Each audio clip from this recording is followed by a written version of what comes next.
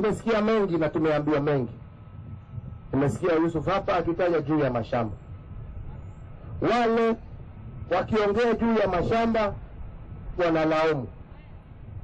wanalaumu wakisema fulani ndio ako na shamba yako. Mimi mbele ya Mwenyezi Mungu kweli niko na shamba hapa kwenu mimi? Lakini akisimama hapa amesema mimi ndio nimechukua shamba. Sisi tunasema sawa, Mungu anawaona. Yeye amekuwa waziri wa ardhi kwa zaidi ya miaka 5. Kweli ya uongo?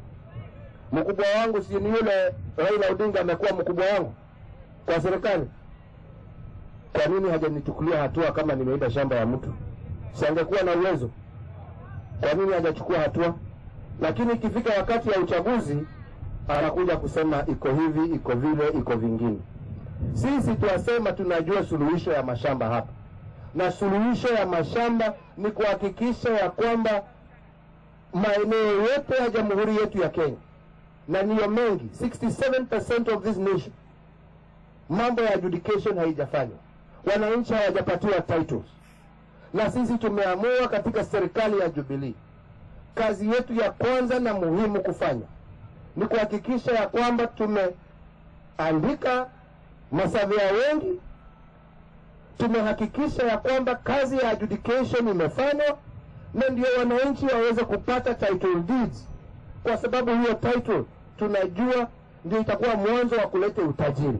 Mtu akiwa na title hiyo ni commodity ambayo anaweza kupeleka kwa benki, anaweza kupata pesa.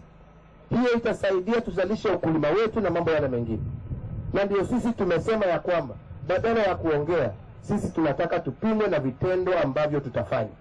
Kwa sababu sisi hatutakuwa watu wa kulaumu.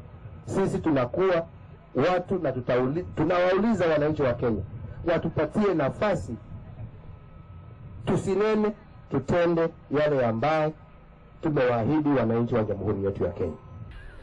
Kuna makesi mengi tumewekewa, lakini Mungu amefanya miujiza kwamba yale vizingiti zote tumewekewa amezibadilisha zikawa daraja ya kuwaunganisha Wakenya wote na kutupeleka mbele kama watu wa taifa moja.